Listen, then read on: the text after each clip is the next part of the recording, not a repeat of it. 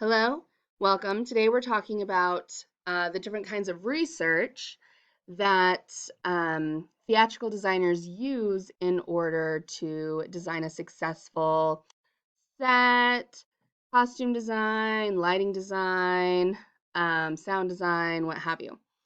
Today I'm focusing on historical research.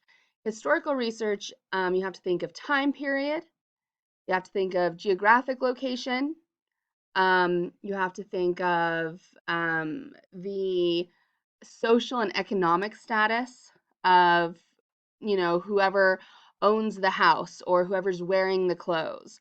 Um, Not so much for lighting or sound, but definitely for costumes or set. You want to think of that, and also the occupation of the people you're designing for.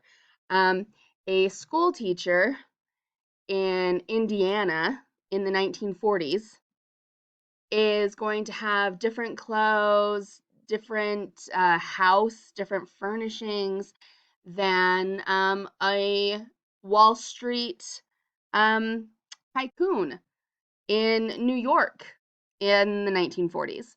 So those things are really important to really get down to the nitty gritty. So once I've decided when, where, what kind of all that stuff, then I go to Google and actually start my research. Now, we really want primary research. Primary research is uh, for images, it's photographs, paintings, um, fashion plates, renderings, magazines, newspapers, whatever you have from the time period and place in question. So it has to be from that era. It can't be more contemporary and about that era. It has to be from that era. And there's a whole host of reasons why. So let's say that I'm designing Romeo and Juliet. That's generally speaking the play that most people know about. We know that it was written by William Shakespeare, and William Shakespeare lived in Elizabethan England. So we'll set the play in Elizabethan England, and it's by two noble families, right? They're not necessarily royal, they're not a king or a queen, but the Montagues and the Capulets, the two warring families, they're noble. Um, so, so I'm going to go into my search bar and type in Elizabethan era paintings. All right, and I get all of these paintings. Let's go into the image search. I get all of these paintings, but we don't know sort of who these people are, what they are. I mean, I definitely can't use this one, right? Um, Probably not using that one. So I'm going to refine my search a little bit. I'm going to say Elizabethan era paintings of noble women. Here we go. Here's a little bit better. So I can um, sort of ignore anything that says Renaissance because Renaissance is not, it's just before Elizabethan. But I can look at all of these, right? Um, Maybe I want to design for Juliet. So I will say of young noble women. And then I'll get sort of the young girl variety of what I'm looking for. Um, so this one is a portrait of Queen Elizabeth. She was very young before she became queen. And so this isn't bad. This is Tudor. This isn't Elizabethan. She's not queen yet. And we know it's Tudor because of the Tudor arch here on the um, bodice, but not super important. So I could use sort of that image, find ones that I like that are within the sort of aesthetic I'm going for. Maybe I don't want her to have a huge ruff.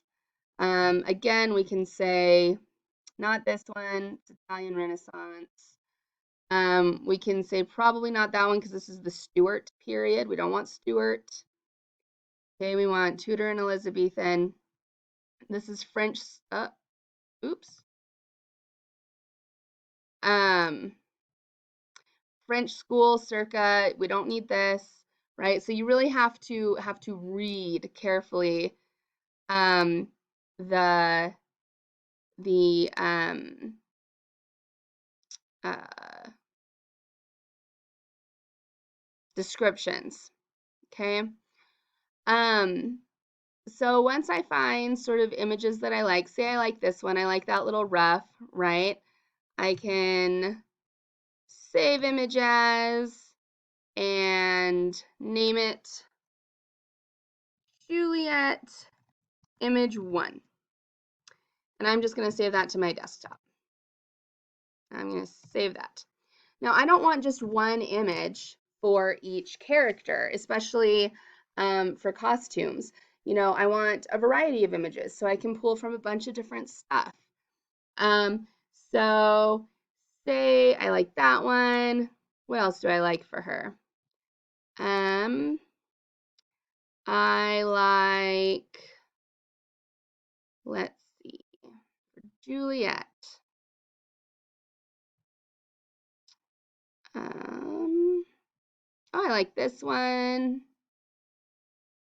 So I'll save this one.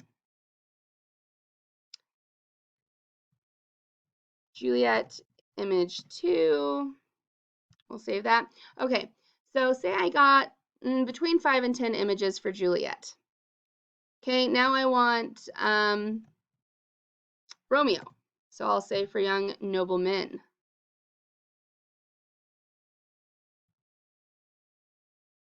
That didn't go as planned. There we go. All right, so I'm looking at this. I want to pull Romeo and Juliet together a little bit, right? I like his little neck ruff because it kind of goes along with her little neck ruff. I'm going to say copy image, or not copy image, lies. Save image as. And again for the desktop. And we'll name this Romeo image 1. Save. So you get the idea for costume design, right? And I would save a bunch, and I would do this for every single character. So if I wanted to design the sets for this, though, we know that it's called Elizabethan or Tudor.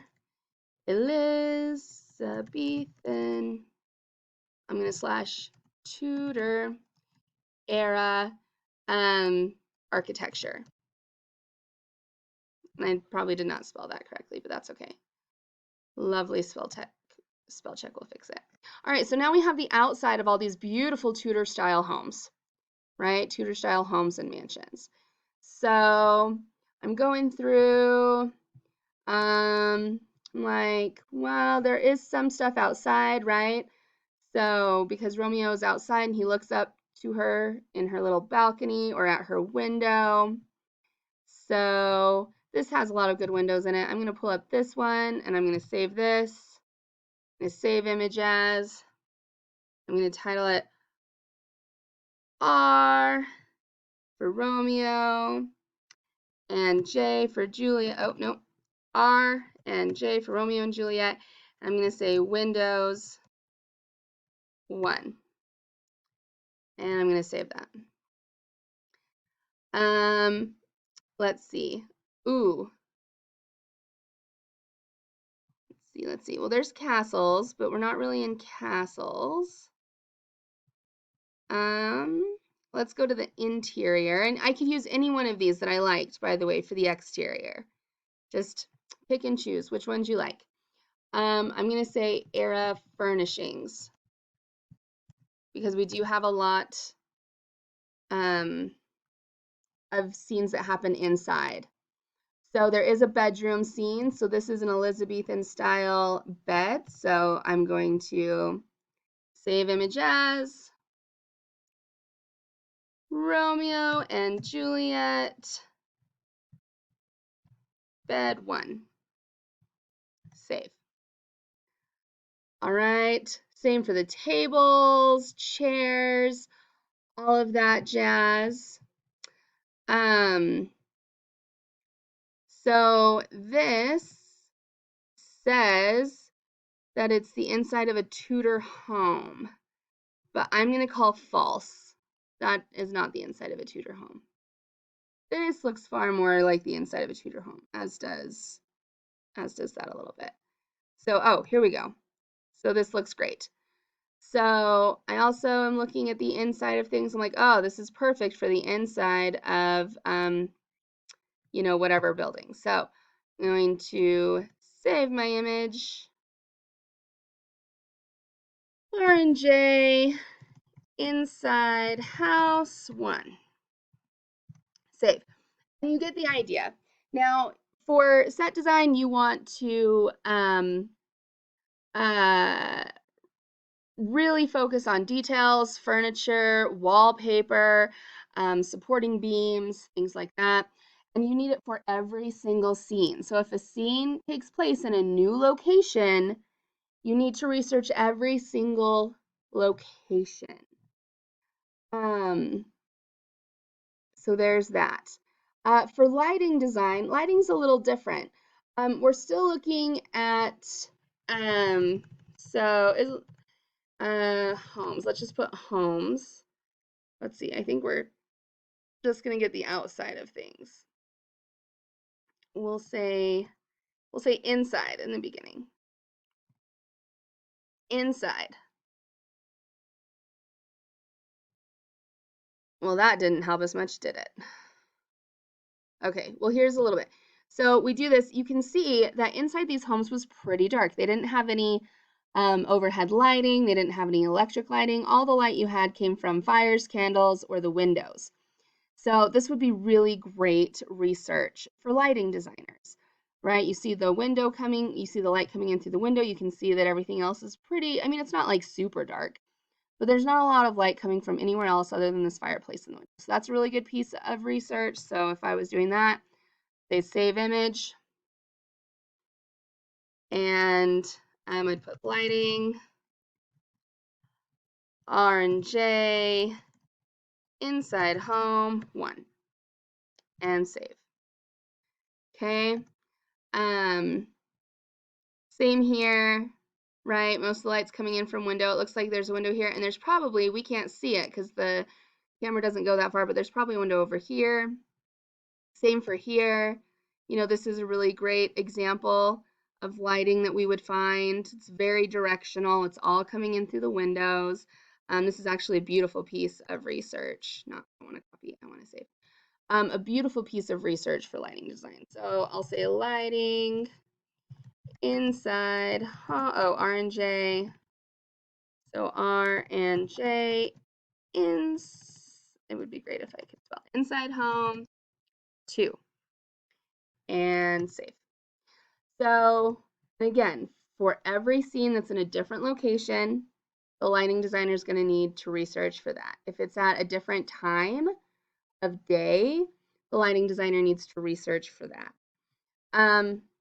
Sound design is a whole different beast, and we will talk about that in another unit.